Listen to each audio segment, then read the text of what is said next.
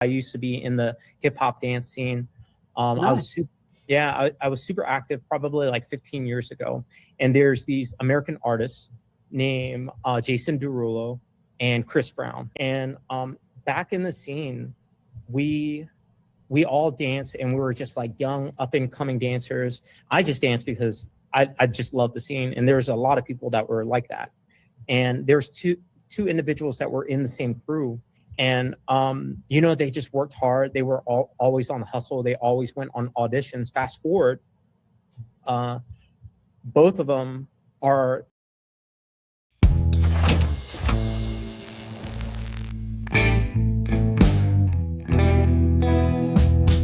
Okay, so I have something I want to talk about because it's been on my mind since Saturday. Okay. I have a few things that I wrote about it. So I'll just start. Oh, wait. Is this a part of the bar or separate? No, this is part of the bar. Okay. Hello there. Ken, here he is. Hello. Oh my gosh, your background looks so fancy. Thank you. I'm in my office right now. All right. Okay, so Vishad can do the intros. Fine. First of all, she goes leaves her bike in the middle of the bar. So she's in a separate area of the bar. She's in her champagne lounge with all her fancy orders and winery and everything. I'm minding her bike in the other room. But anyway, we're all here. Welcome to None of Your Business Bar. This is the place where, as hard workers, business owners, community group owners, whatever you are, we just parked out for about an hour or so and just chat, muse over, share anything to do with stuff that's not really about our business, because we are more than what we do on a work basis day to day. Each week we just bring along a topic to kick us off, and we take things from there, really. Look, this is our fourth go at this session now. Hey, Thomas. So before we kicked off today, we just wanted to go over some new, call them guidelines, housekeeping rules that we're putting in place, because we thought that whilst it's great to come from the ethos of we are just all here to enjoy ourselves, enjoy the company, enjoy the chat, have a bit of fun, it might descend into chaos and not quite the optimal time spent we thought it might be if we just let things go completely uncontrolled. So we just came up with 3 guidelines based on what people have told us and what we felt. They're not like draconian rules. We're not here to order everybody. We're not going to throw you out unceremoniously unless you do something really bad, which I don't think you guys will do. So very quick recap. You can see them in the background there, kind of. But just to very quickly sort of dash through them. The first one we kind of call, like, if you go on a wander, that's okay, but come back.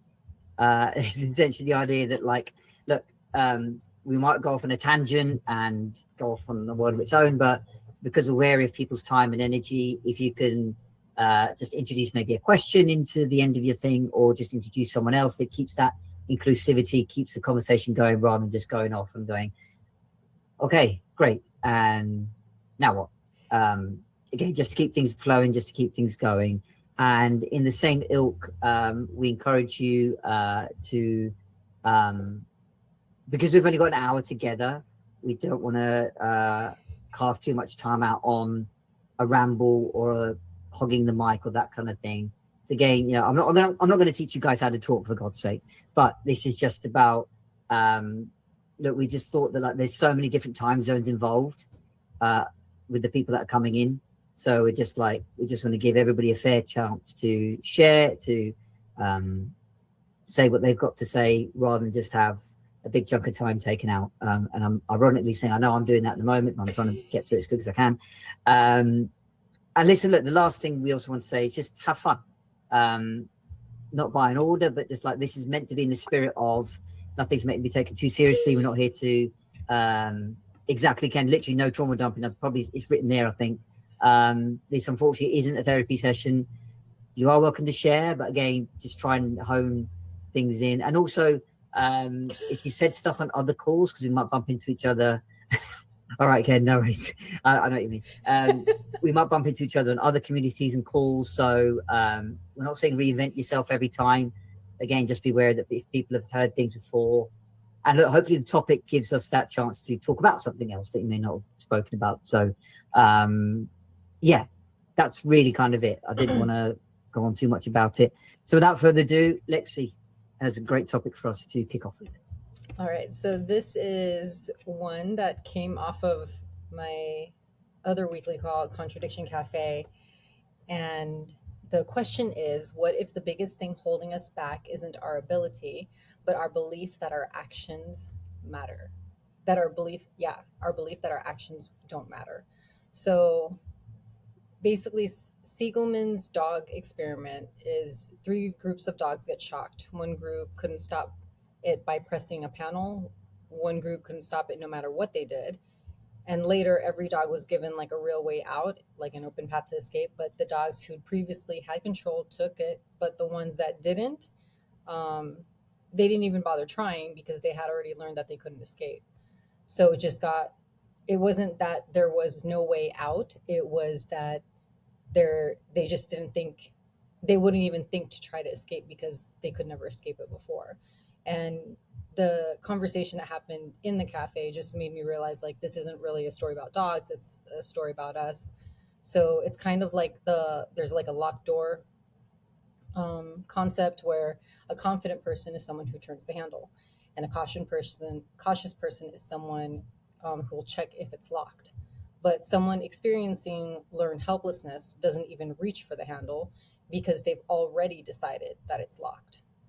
So it's the most powerful prison isn't the one that keeps you in, it's the one that convinces you there's no point in even checking the handle. So a lot of it also made me think, because I was having another conversation with another friend earlier last week, and it was the concept of, if you believe your effort matters, motivation goes up. But if nothing changes, your motivation goes down. Not because you're lazy, it's because your brain is conserving energy against a predicted dead end, because our brains are just there to keep us safe, not make us happy. So the tragedy isn't that people are even losing hope, it's that they don't even try. So they don't even make any efforts to collect new evidence. And that's something in my community that I always try to promote, and people around me. Just, if you know me, I'm going to always have you take action. I'm always going to say, well, experiment, try it. It's like, well, it's just an idea. Well, let's try the idea, because you're just going to theorize it and not actually collect feedback. So the whole concept is to take action on the things that's on your mind, so that way you can find out an answer and you don't overthink it. So I guess it's a bunch of different angles. And the bigger thing for me is, like, what do you think causes someone to stop trying? Or, like, is there something that you've believed like wasn't possible, and then you realize like years later that actually was? And you're also even wondering, why didn't I do this sooner, or why didn't I try this sooner? For me personally, it's a lot of things, which is what prompts me now to take action.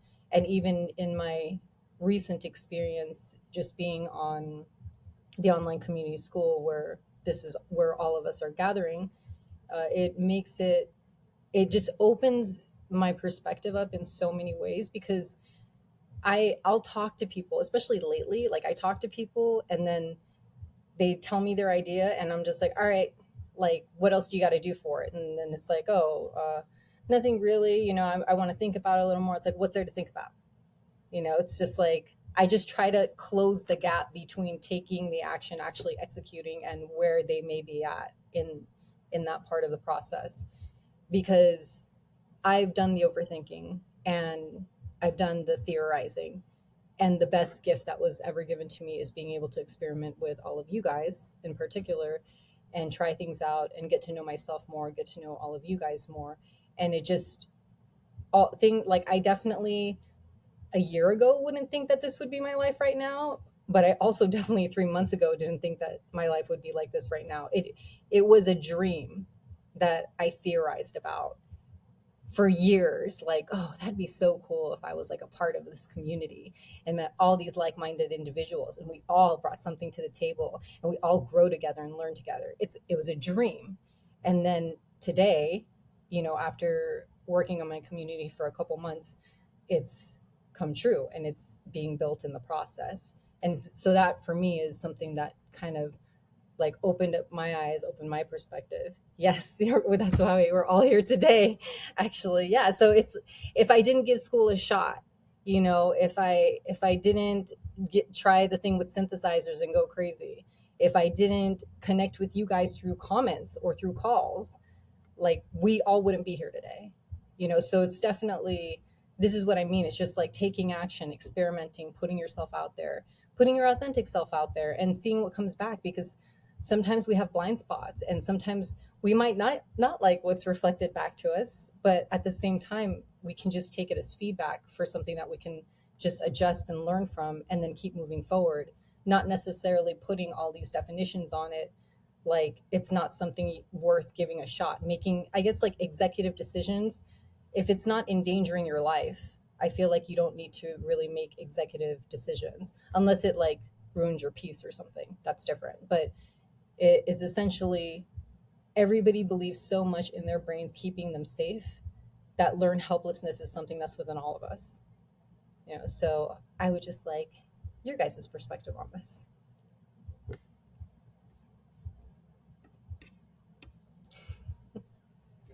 Wait. I think everyone's stunned into thinking, wait, learned helplessness. I- It's true, right? I Yeah, mean, there. one question I had, you say you're having conversations with people about this very thing, right? Encouraging action, encouraging, you know, the idea of like update your paradigm or your map that you're operating from subliminally.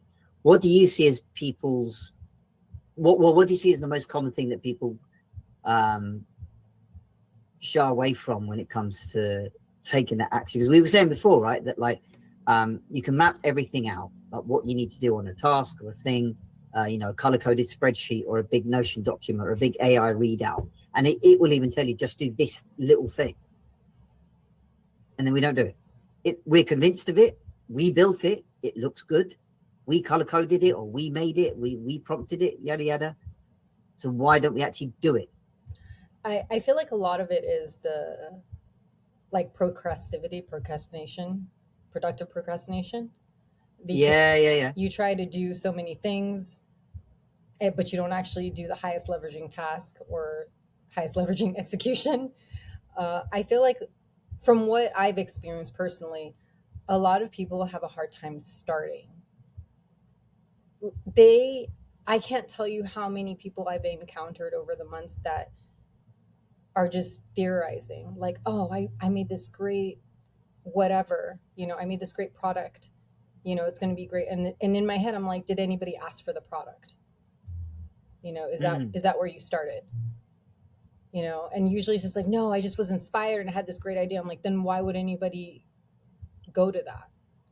You know, like if something that they're going through isn't going to be fixed, what is going to cut time out of their limited amount of hours in a day to go look at your thing for an hour, you know, or however long True. it is, you know. I've literally said that to like one of my clients. So I'm just like, what do people in the bar think? Like, you know, when you're operating from a outdated map, or as Lexi was saying, of like you build something before you ask people whether they want it. What do people think? Is that, I mean, they feel, or they see there's another reason? Like, why don't we do the things we said we want to do? I'll chime in. Go on, mate. So there's like a couple levels of it. There's doing the thing that we feel compelled to. Everyone says we could do it. All the evidence is there, but there's no roadmap. That's one avenue. And then there's another place where we stay complacent. And because everything's comfortable, it's much harder to leave where we're comfortable. Usually when we take huge actions, it comes from a place where we loathe or hate this current situation. It's like, I no longer want to be unhealthy, overweight.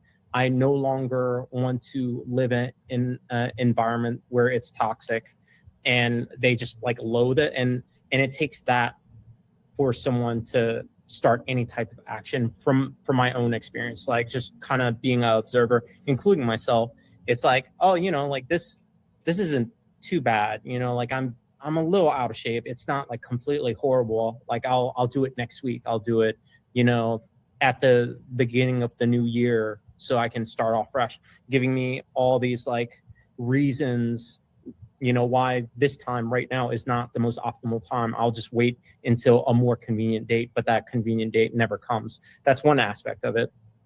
And then the actual doing of things that that we should do. Like if we work for a company and we hate the boss and we know we can do it much better, our coworkers are ones to have crabs in a bucket mentality, where it's like it's okay for everyone to move up as long as I'm higher than you. And like if you move up, like I feel justified if I pull you down, so we're on the same level.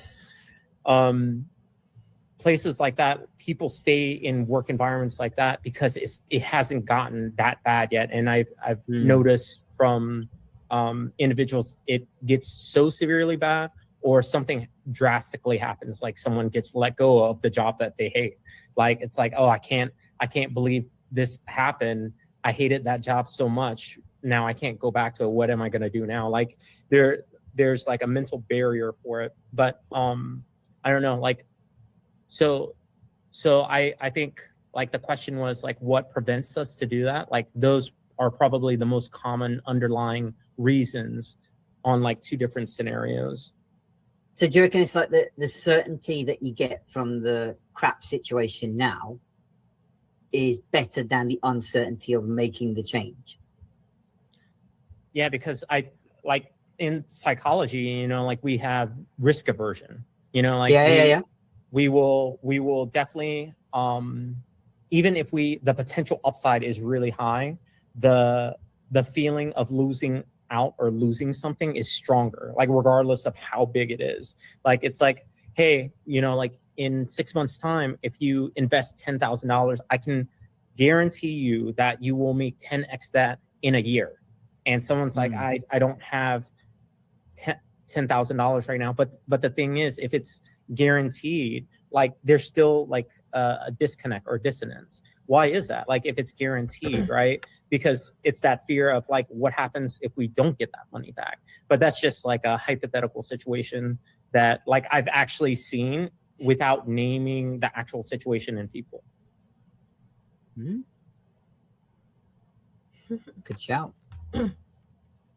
Thomas, Dana, Chris, what do you reckon?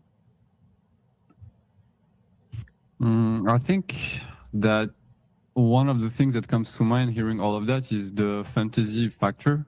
It's like, I know daydreaming and fantasizing about the things that we want to be or the things that we could do and the outcome we could generate out of our action is something that has been also proven scientifically in many cases, that it's like having the thing itself, like the possibility to be able to see and picture ourselves in our dream situation can have the same effect as actually being there. And the only difference between fantasizing it and actually make it happen is everything we have to go through in between so that it happens. And so when we really take on the habit of fantasizing, of being, like in the metro station and thinking about everything that could be done, or like in the car. And I don't know, like I really picture myself like when I was a teenager looking at the window and thinking about every ways like I could have like this girlfriend or this situation in my life and so many things like that. And so it's an addiction in a way. You can get addicted to this feeling of like, that would be great. And it also reinforces the discrepancy between you not having that and this existing somewhere else where you can feel that, but you cannot embody that yet. And so it's really a matter of making sure that the fantasy doesn't become the norm, because it can really make the process even harder, because it makes it even more. If you compare the process to the outcome that you've been able to feel without being in it, then it can make the process even harder to even want to get into, because you're like, oh my god, like this was supposed to feel like that, but what is that thing? Like it's so hard. Like I don't know. It doesn't. It's not right, you know. And so I think it's a matter of really making sure that we like make a difference between what's fantasized and what's actually true. And I'll finish by saying that mostly when you talk about this thing to anyone that has succeeded in getting what they want, they always say that it's so much different than what they imagined. Like you will not hear. I've seen, for example, Mr. Beast. That is like you guys maybe probably know him, the biggest YouTuber, like a YouTuber on earth. And like he was giving an interview very recently where he said, guys, like if I am where I am today, it's because I don't know anyone. And when I say anyone, I say anyone in my contact list. And I have a huge one that would like to be like, that would like to do what I do and live the life that I live. So yeah, it's really that kind of thing that comes to mind. It's a good shout. The thing we imagined isn't actually the thing we thought it would be. I guess that introduced the idea that we make the thing what we want it to be. Yeah.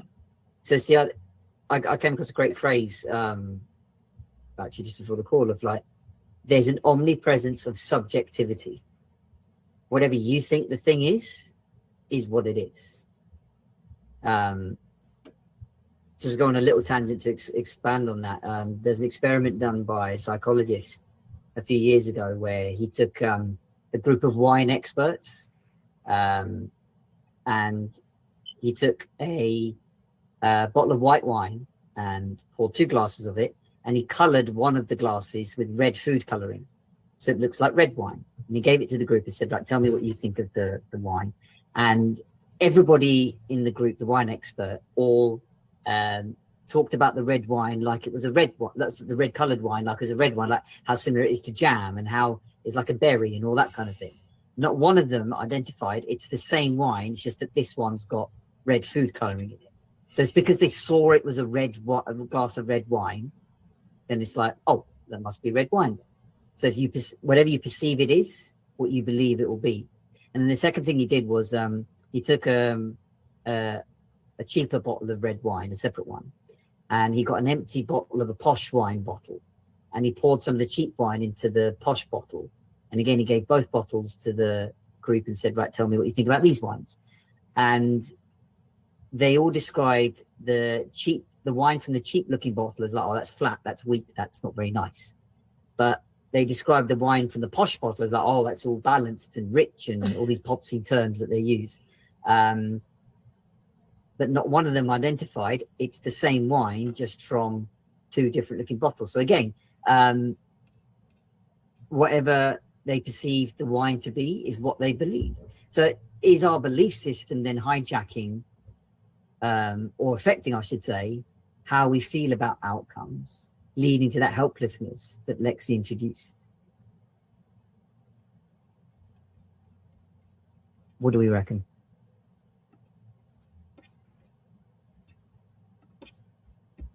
I think for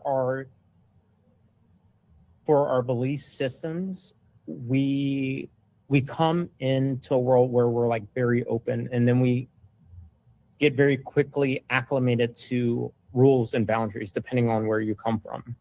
And for some people, it's more severe than others.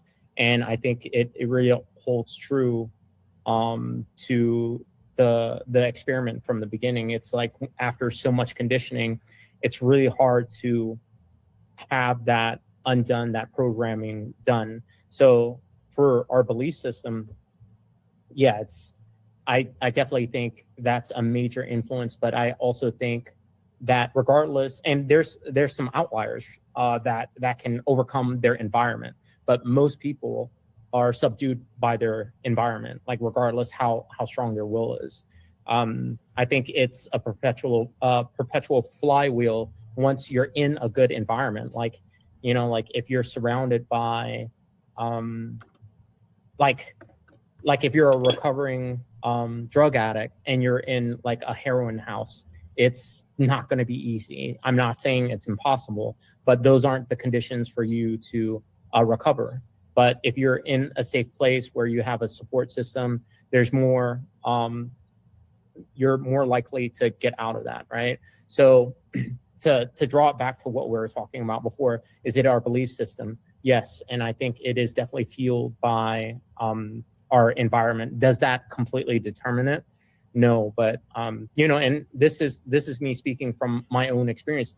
Like if we're talking about like a Kanye West, you know, you could not tell him otherwise. It's like, no, you make your reality. Just make your reality stronger than the whole world's, and they will bend to your reality. My reality is fairly strong, but it's not as strong as Kanye West. And like under his conditions, I don't think I would, you know, have the same type of success that he had, you know. But You mean you don't call your kids after compass directions? I have actually, but that's aside the point. No, I'm just kidding. But no, but you know, like I really think that if you come up from a background where you're told that you can't do something, you know, it becomes significantly harder, not impossible, just a little bit harder. So really, when we say learned helplessness, it's the learned part that, well, I guess it all syncs together, no? That like our brain, as you know, Lexi alluded to, brain / subconscious is there to keep you alive. It doesn't care about happiness and all that kind of thing. And trite as it might seem, it's like it treats every situation as a threat to you, like mortal threat. So like, how do I know this thing you're about to try and do ain't going to kill you? Yep. So I'm going to stop you from doing that until I see your own proof of why you want to do it. Like you mentioned, Ken, about weight loss. That's the most common resolution at New Year. Like, oh, you know, I'm going to run around like Rocky at 5 a.m. and go to the gym 5 times a week. And people don't end up doing it because they're like, well, you know, they didn't ask themselves, why do I want to do it? And I've seen that, like, when we do ask ourselves that in any situation of like, why am I doing this? Then not only do your actions or plans come out, it's just more convincing to your system because you made the decision and mapped it for yourself, not someone telling you. Because someone telling you something can make complete sense. Like, you know, a PT or a family colleague might go, you know, do this exercise, or this helped me, or you should take this nutrition or whatever. And your system goes, yeah, that all makes sense. I see what you're talking about. But I'm not saying it until I say it of like, hey, maybe this exercise might help or nutrition might help. That's something where you maybe begin to do the new learning. Because we'll talk about, you know, learned helplessness. Well, how do we learn to be, maybe it's to unlearn what's not helpful for us at the moment. Because you talked about people not moving because I don't want this, I don't want this. Well, our subconscious doesn't understand the word don't. It takes it out. So every time you say, I don't want X, it's like, I don't know what don't means. So I'm going to take that out and assume you do want this thing. When we tell it more like, no, I want this thing, like that's when you get to have that conversation.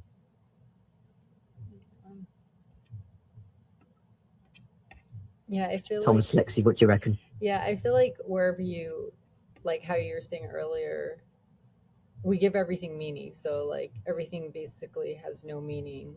Our stuff doesn't have meaning. Our clothes doesn't have meaning. Like nothing has meaning, but we give it meaning. So then it has meaning. That's why when you try to give anything some kind of measurement, like generic words like value or too much, too little, like there's no measurement of what that actually means because everybody has their own meaning behind it.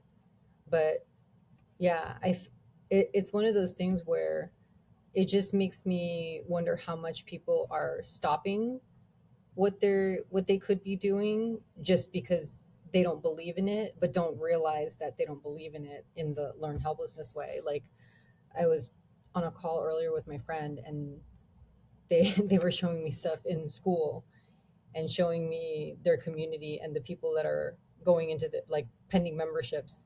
And then he goes, see this one, he's like, this one looks like a bot. This one I think is a bot too. Like he's just because he has a thing in his community where he's like bot or not. So he was going over it with me, and then he gets to one, and he's saying he doesn't think it's a bot.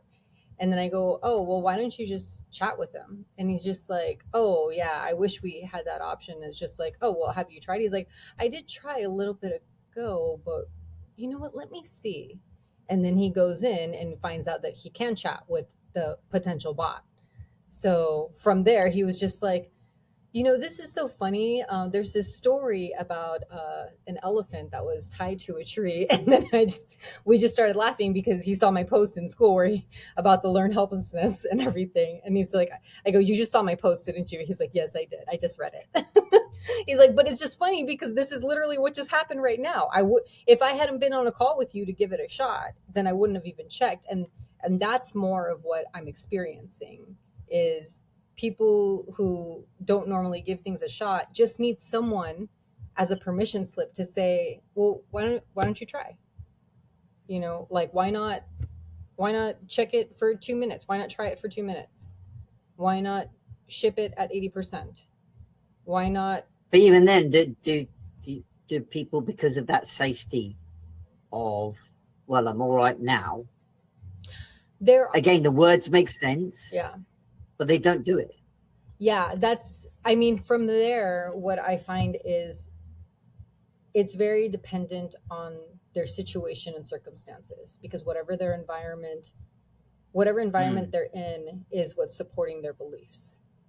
So if, let's say you have a family and you know you have a young kid that you have to raise, you're not going to believe that you can take an entrepreneurial journey because you have a relationship and you have a child to raise and you have yourself. So to put let's say you work a regular job and then you also want to do an entrepreneurial thing, it's a lot. So it's almost like you can hide behind certain excuses, which, you know, like some people will use them as excuses and some people are just, no, genuinely, these are my intrinsic values. I put family first, and that's fine too. But for the ones that are using it as an excuse to not execute, to not invest in themselves, to not take action in themselves, where it's, you know, sometimes I feel like it could be their environment just doesn't support the belief that they could do something more, that they could be something more, that they could try something else.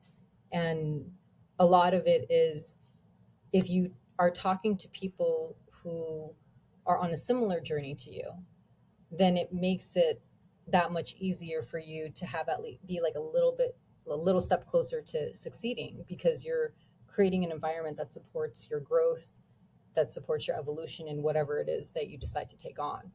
And I feel like that's why it's so important for all of us. I like humans in general, we're social creatures. Like we do need each other. We need each other to reflect on. We need each other to expose each other's blind spots. We need each other to trigger each other. We need each other to learn from each other. We need each other so we can teach each other. Like we do need each other. So in that sense, if you're around people who are like-minded, who also have similar goals to you, you create more of an environment that supports that. And that's what I've been learning from school, because I'm meeting people who just, everybody just has completely different lives all around the world. Like it's amazing that, you know, like all of us here are connected and we're all in different time zones. We're all in different parts of the world. Like that's insane. But here we are, you know, like there are humans behind these screens, you know? So I just feel like this is just more reason why, or how we can actually like help each other, because everybody has some sort of learned helplessness. Some have more than others, some have less than others. But if we're able to reflect it back, not make it in a critical way or a judgmental way, but just being like, hey, like this is what I noticed, you know. And that's how I am with my friends. If for me, my friends know it may not always, what I say may not always be pleasant to hear, but at least you know it's the truth. Like I'm saying things authentically. I'm saying things like as like genuinely from my heart. So if I'm saying something where I'm just like, I believe in you, like I think you really could do this, or I think you should start a podcast, or you should open up your community, whatever it is, it's so interesting to experience people just taking a moment, like just right there in front of me and just going, people have said that to me before, but why do you think? And then when I give the reasons, they're like, huh, you know what? Yeah, I think I should give that a shot. And it literally just happens. It's like something just changed because they just got perspective, or what I feel like is a permission slip to say like, hey, you can do this. I know you can. Do you? Like I know where you could go. Do you know where you could go? So People, what do you reckon? Like if someone gave you that perspective, does that inspire people to think about their own possibilities or take that action? Or does that have to be internalized still? I think when we think about learned helplessness, it's like a drastic TV show thing where we have to make these decisions that weigh super heavy. And I honestly think it's a compounding of very invisible things that we choose every single day. Example for myself, so it's a little bit more tangible. So I have this thing, and I don't know why I do it, but like I don't want to inconvenience people, especially in public settings. So if I see someone like go to the public restroom, I won't go and knock the door and rush them. And sometimes I don't know if someone's in the bathroom, so I'll turn the knob slightly, but I don't know if it's locked or if I didn't turn it hard enough, so I won't knock. So I'll just like wait until like I get some type of confirmation if someone else goes through it or whatever. But like something in me, this invisible, like this wall that tells me like I don't want to inconvenience this person or hurry them up, so I'm not gonna do that. Imagine like having decisions like that everywhere, like where you don't, and it starts to compound. And to make it even more tangible, I used to be in the dance scene, like like I'm not active anymore, but I used to be in the hip hop dance scene. Nice. I was super active probably like 15 years ago. And there's these American artists named Jason Derulo and Chris Brown. I don't know if y'all know those artists in your side of the world, but like in the US, they're pretty big. And back in the scene, we all danced, and we were just like young up and coming dancers. I just danced because I just love the scene. And there's a lot of people that were like that. And there's two individuals that were in the same crew, and I knew them. Like, they would call me up, and we would go practice at my gym for flips. I worked at a gymnastics facility, so they would come and practice their tricks outside of like dance moves. And they just worked hard. They were always on the hustle. They always went on auditions. Fast forward, both of them are the head choreographers for Chris Brown and Jason Derulo. Like, yeah. But the thing is, like, you would think like, oh, these individuals, they must be connected. They must have been born into. No, I knew these guys, but they just made very different decisions every single day, every single moment. They're just like, yo, I'm just gonna go to this audition. Like I'll do these things, and like for us, it's just like, hey, let's go party, let's go do this. Like, is it that serious? Well, apparently it was serious enough for all their compounding, like hard work, their opportunities opening up, that they're there. Like I remember scrolling through Instagram, and Jason Derulo's like, I think it was his birthday, and he was just like, I want to bring my friend Jeremy Strong onto the stage. He's become one of my best friends, blah blah blah. And I'm like, in my head, I'm like, I used to dance with that guy, like literally, not like in proximity, like we would like kick it and like talk. And I remember this one line, like that he said. He was like all into self-development books, and he was like I have like with or without you energy. I'm gonna do it no matter what. You can do it with me, or I can do it like regardless. I'm gonna make this happen. And sure enough, it did. And it wasn't a lottery ticket overnight where he made like a decision where it's like, hey, you do this, you're gonna be lined up with Jason Derulo, or you do this other thing. It was literally like the thing about I'm gonna paraphrase it, but that line of opportunity is when or luck is opportunity plus hard work. It's like those two things joined up together. Like when you work hard enough, you have the skills that you need for the opportunity that opens up, because there's opportunities that open up for us all the time, but we're not prepared for it because of the small compounding things that we choose to do or to not do. And like hopefully those two examples kind of like illustrate what those compounding things like look like me not wanting to inconvenience people, and like ultimately that has led me to why I don't make certain decisions, so I don't inconvenience or trouble people. And then the other side where it's just like I'm gonna go get it until I have it. So Thanks for sharing. I want to ask, why didn't you carry on with the dancing? I did it up till just like fairly recently, but like I had no desire to be on stage. I just loved the dance. It wasn't like I'm gonna show the world that like I'm so artistic that they're gonna be impressed by my like dancing, in a major like label artist will pick me up and I'll be like a choreographer. I danced because it was self-expression. Other people had different reasons for why they did it, and I'm glad they did. Like I'm very privileged to say that I have very prosperous friends that have made big things. And I'm glad that I'm in their circle where I can just pick up the phone and call them.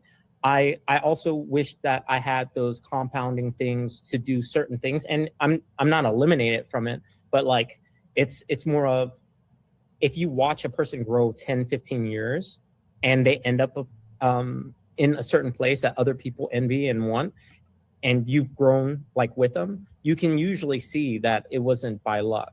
So, like I think the learned helplessness and the compounding effect, it's the learned helplessness is like I'm going to bring it back to the weight thing. It's just, you don't wake up unhealthy like one day. That's probably an outlier. It's like one day after 6-7 years, you realize that you're 30-40 pounds overweight.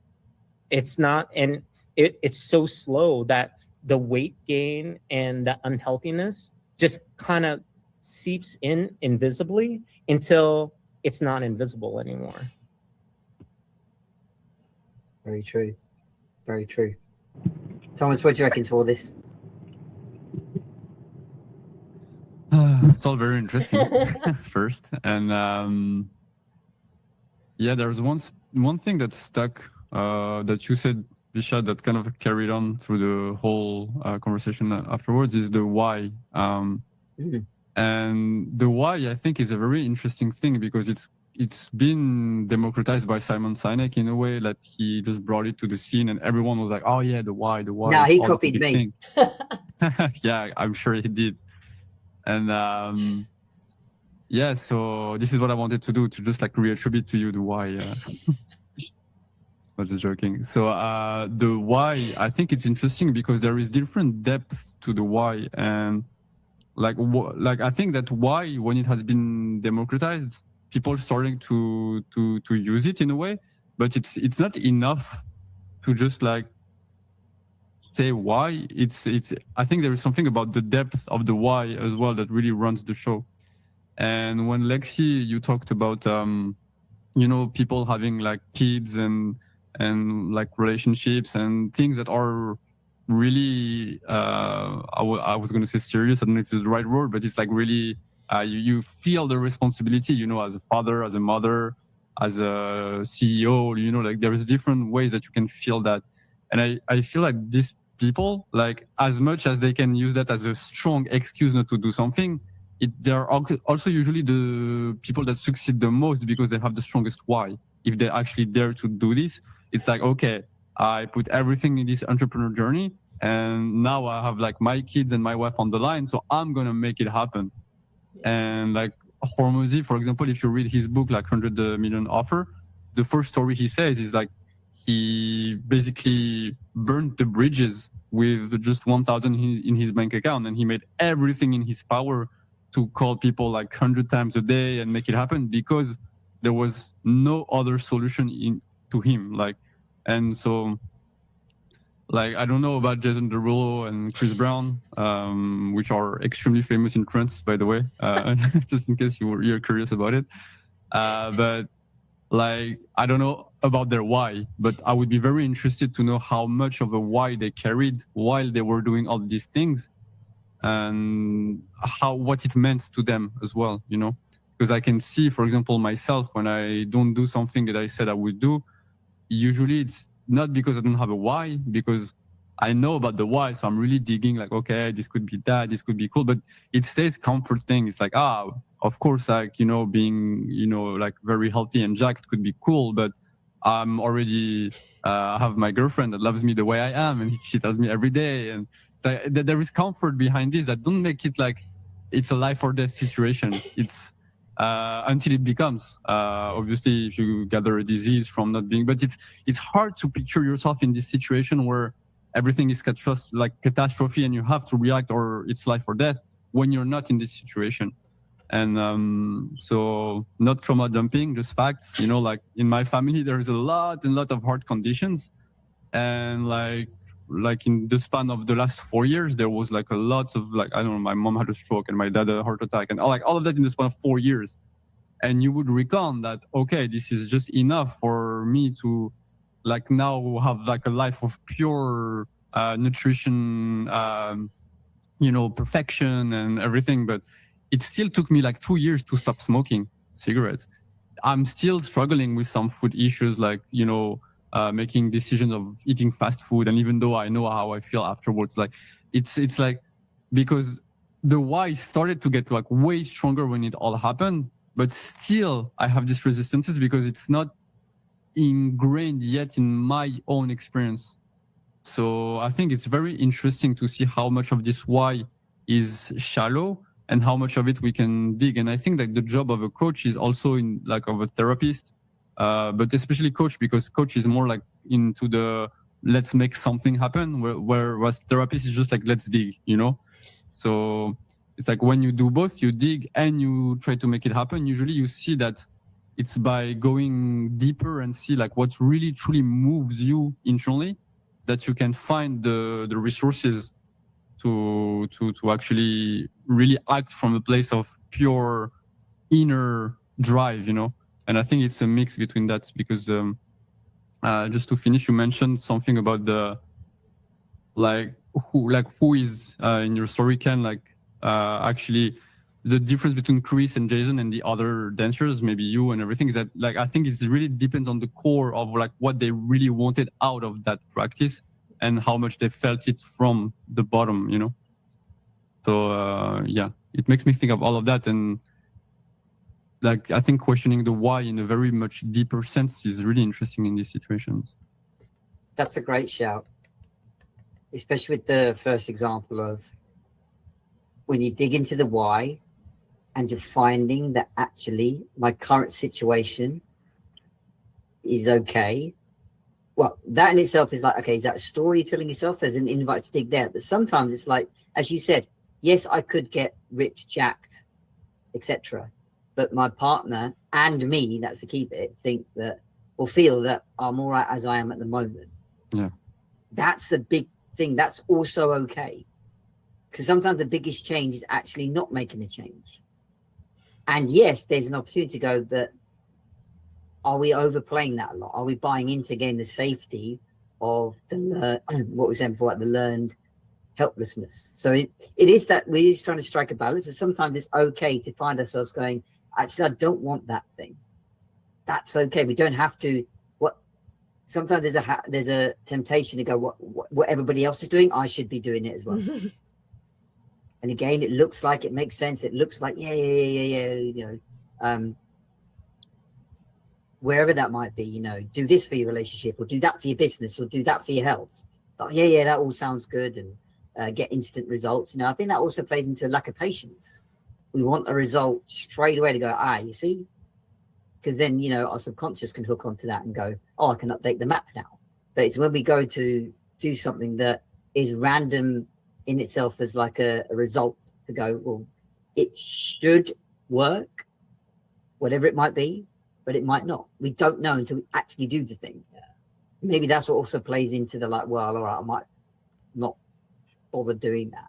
But the other thing you mentioned about digging into your why, exactly, make it personable. As you said, like if there's family history, of course that's a big driver for your health, because you now see it in front of you. Oh fuck, I don't want that.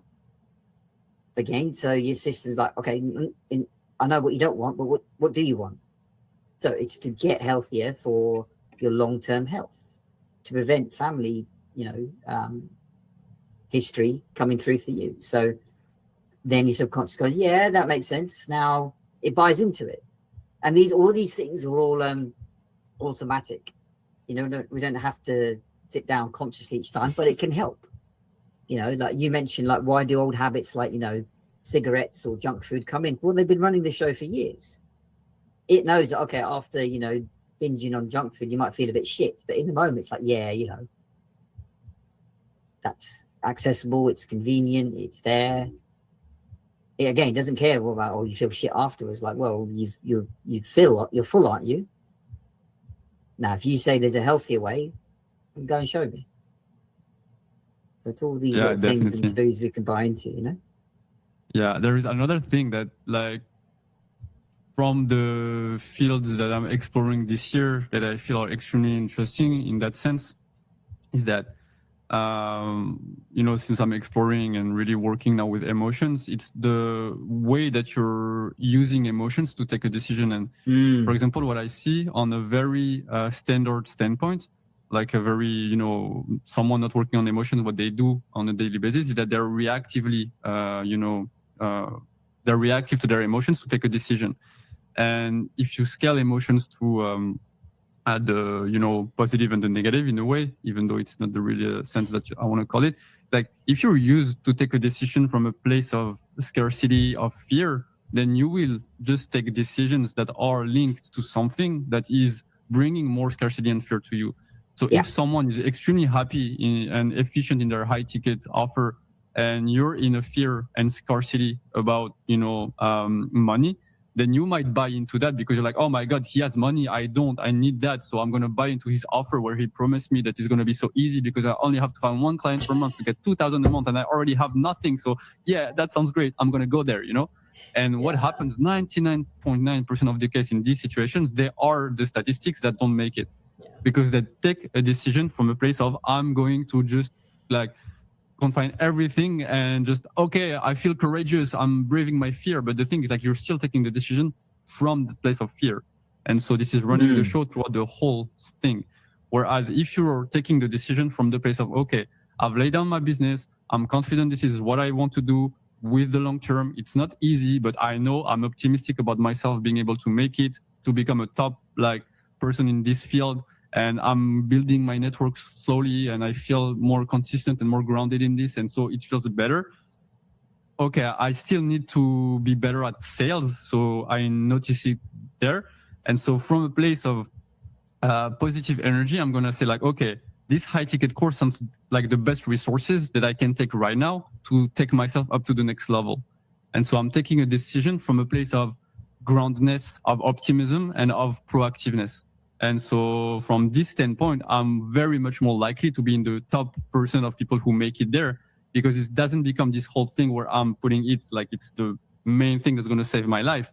It becomes the resources that I'm ready to go through whatever it takes because I know why I want to do it, which is go further in my business career rather than save my life, which is a really another way of considering things, I believe.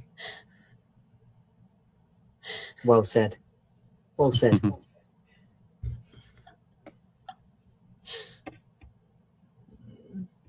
So, conscious we're getting towards an hour. So, Chris, I know we haven't had a second to hear from you. So, would you like to share something before we wrap up? Yeah, I guess there's two things on why stuff doesn't get done that we want to do. I think some of it, a big part of it's distractions. I'll keep it real simple. Just like people allow themselves to be distracted. The cell phone, the little habits stack up.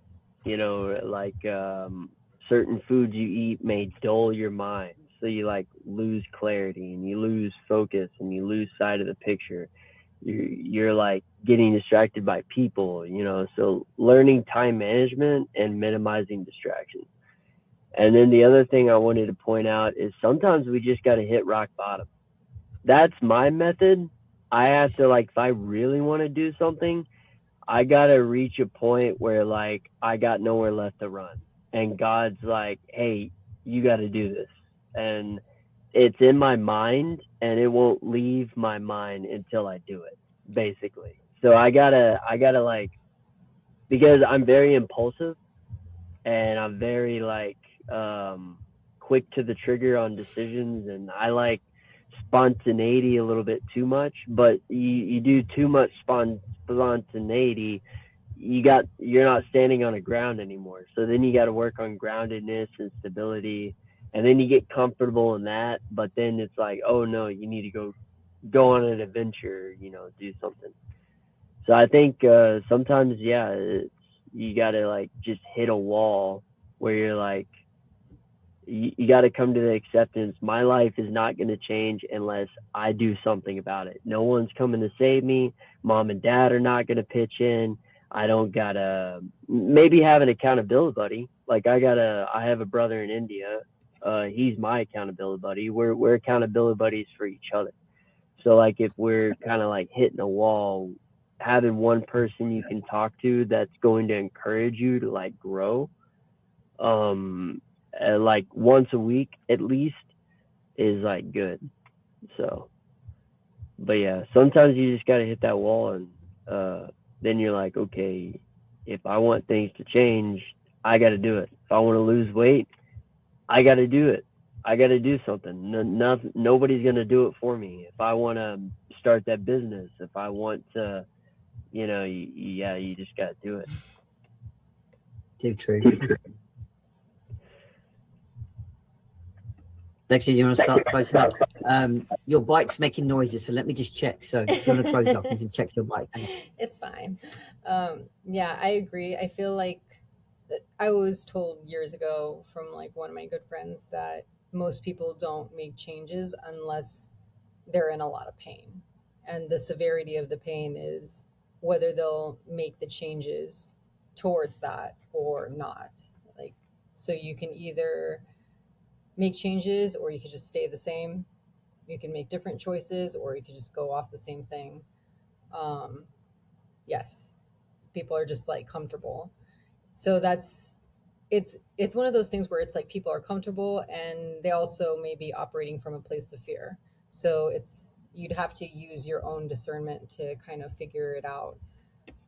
But I guess like for me, the biggest thing is I just don't I I think that people would probably benefit a little bit more if they don't normally take action, or they don't normally take action because of fear or because the pain isn't enough and they need to really feel the how tumultuous having a regular job is that they hate, because I have some friends in that situation too. So, and even when I ask them like, hey, oh, can you like, do you want to look for another job? No, because I've got the benefits and I've been in this company for this so long. So it's the comfort, but it's also the fear of the change.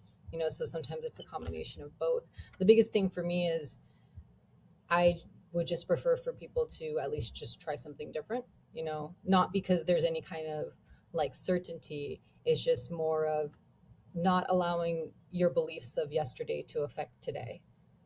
So maybe something didn't seem feasible yesterday, but there could be something that shifts your perspective about it today, and that can open up a whole new world for you. So it's just more that where the things to give a shot on, I would just like people to give a shot more of an opportunity for themselves. And that's, that was like the bigger thing off of it. So thank you everyone for joining us here at the bar. Same time next week. And as we say here at the bar, come as you are, leave as a legend. Leave as a legend.